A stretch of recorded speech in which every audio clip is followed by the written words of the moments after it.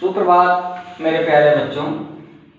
आज आप सभी लोग हिंदी व्याकरण में पाठ 21 समास, पाठ 22 उपसर्ग, पाठ 23 प्रत्यय, पाठ 24 वाक्य विचार, पाठ 25 विराम चिन्ह आदि इन सभी के विषय में आज आप रिवीजन करेंगे।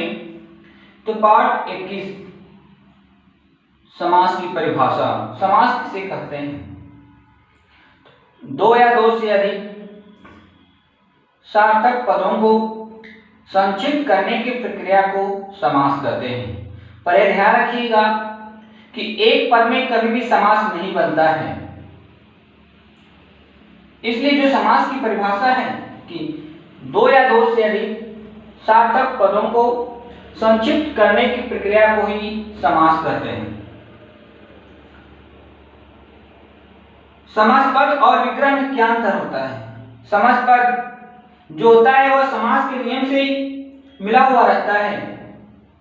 जब इन पदों को आपको विग्रह तक अलग करना है तो समास के नियम का आपका प्रयोग करना पड़ता है। तो जिस समास के नियम का प्रयोग करेंगे वह आपका समास होगा। जैसे गंगा जल, इसमें आपका तत्पुरुष समास है, क्योंकि तत्पुरुष समास में जो उत्तर पद होता है वह प्रधान होता है।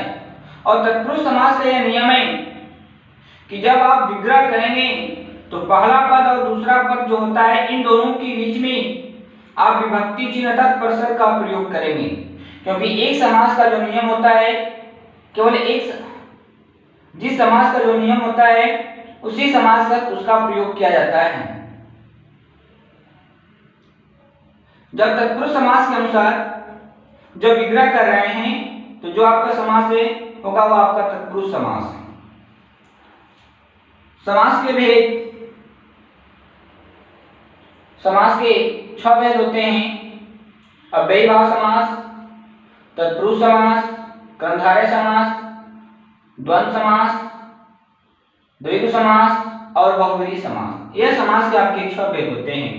अब पाठ 22 उपसर्ग। पाठ 22 और पाठ 23 उपसर्ग एवं प्रत्यय में क्या अंतर है? उपसर्ग और प्रत्यय किसे कहते हैं, या इस तरह से भी कह सकते हैं कि उपसर्ग और प्रत्यय में क्या अंतर होता है। तो उपसर्ग का जो प्रयोग होता है वह मूल शब्द से पहले होता है, परंतु प्रत्यय का जो प्रयोग होता है वह मूल शब्द के बाद होता है। तो उपसर्ग और प्रत्यय दोनों आपके शब्दांश होते हैं, इसलिए उपसर्ग को मूल शब्द से पहले जोड़ दिया जाता है और प्रत्यय को मूल शब्द के बाद जोड़ा जाता है। जब किसी भी मूल शब्द में उपसर्ग और प्रत्यय जुड़ते हैं तो एक अलग शब्द की रचना करते हैं। अब आइए प्रत्यय के भेद। प्रत्यय के 2 भेद होते हैं। पहला है आपका कृत प्रत्यय, दूसरा है आपका तद्धित प्रत्यय। आखिर कृत प्रत्यय किसे कहते हैं? जो प्रत्यय क्रिया के मूल रूप अर्थात धातु, क्रिया के मूल रूप को धातु कहते हैं। क्रिया के मूल रूप धातु से जुड़कर संज्ञा और विशेषण शब्द बनाते हैं, उन्हें कृत प्रत्यय कहते हैं। तो कृत प्रत्यय का जो प्रयोग होता है वह क्रिया का जो मूल शब्द है अर्थात धातु में कृत प्रत्यय का प्रयोग करते हैं। जैसे लिख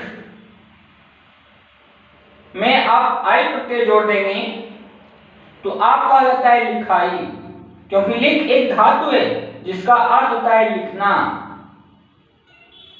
अब आइए तद्धित प्रत्यय कि तद्धित प्रत्यय किसे कहते हैं? जो प्रत्यय धातु से भिन्न अर्थात अलग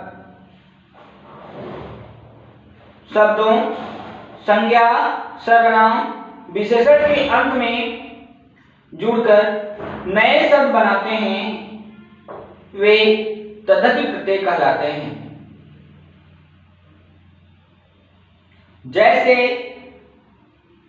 दिन शब्द जो आपका मूल शब्द है, यदि उसमें एक प्रत्यय लगा देंगे तो आपका दैनिक शब्द बनता है।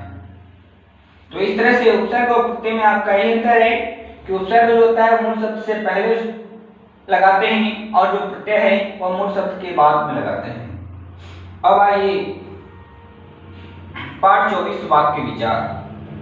जैसा कि आपका वाक्य विचार लिखा हुआ है तो इस शब्द से स्पष्ट है कि वाक्य में वाक्य पर ही विचार किया जाता है। जो वाक्य विचार लिखा हुआ है तो वाक्य में वाक्य पर ही विचार किया जाता है। तो वाक्य की परिभाषा या वाक्य किसे कहते हैं? वाक्य में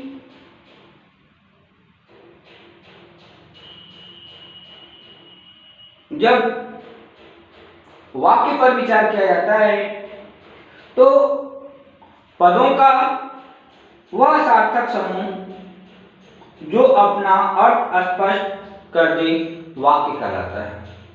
तो ध्यान रखिएगा कि पदों के सार्थक समूह को ही वाक्य कहते हैं। जबकि इससे पहले मैंने आप लोगों को वीडियो बनाकर भेजा था तो उस समय पद के विषय में बताया था आप सभी लोगों को। यह बताया था कि किसी भी शब्द का जब वाक्य प्रयोग करते हैं तो वाक्य में उस शब्द का स्थान बदल करके वह आपका पद कहलाता है। इसलिए पदों का वह सार्थक समूह जो अपना अर्थ स्पष्ट कर दे वाक्य कहलाता है।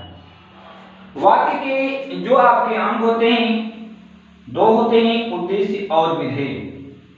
क्योंकि यह अंग है, उद्देश्य और विधेय के बिना किसी भी वाक्य की रचना नहीं हो सकती है। तो उद्देश्य को कर्ता भी कहा जाता है और विधेय को क्रिया भी कहते हैं। तो उद्देश्य का मतलब होता है वाक्य में जिसके विषय में कहा जाता है उसे उद्देश्य कहते हैं या कर्ता है, और उद्देश्य के विषय में जो भी कुछ कहा जाएगा उसे विधेय कहते हैं। पर यह ध्यान रखने की बात है कि उद्देश्य के अंतर्गत केवल कर्ता को ही रखा जाता है, परंतु विधेय के अंतर्गत कर्म और क्रिया इन दोनों को रखते हैं। अब आइए पाठ 25 विराम चिन्ह। विराम चिन्ह की परिभाषा या विराम चिन्ह किसे कहते हैं? विराम चिन्ह का प्रयोग क्यों होता है? तो इससे पहले आप समझने की कोशिश कीजिए कि विराम चिन्ह का जो अर्थ होता है वह रुकना होता है या ठहरना होता है। अपने विचारों को व्यक्त करते समय वक्ता अर्थात बोलने वाला अपने विचारों को व्यक्त करते समय वक्ता भाव अनुकूल रुक रुक कर बोलता है। इससे श्रोता का जो अर्थ है सुनने वाला, इससे श्रोता को समझने में सुविधा होती है। लिखित भाषा में रुकने के लिए कुछ चिन्हों का प्रयोग किया जाता है जिन चिन्हों को विराम चिन्ह कहते हैं। जैसे विराम चिन्ह का जो नाम है पूर्ण विराम, अल्प विराम, अर्ध विराम, प्रश्नवाचक, विस्मयादिबोधक, योजक, विवरण चिन्ह, लाघव चिन्ह आदि।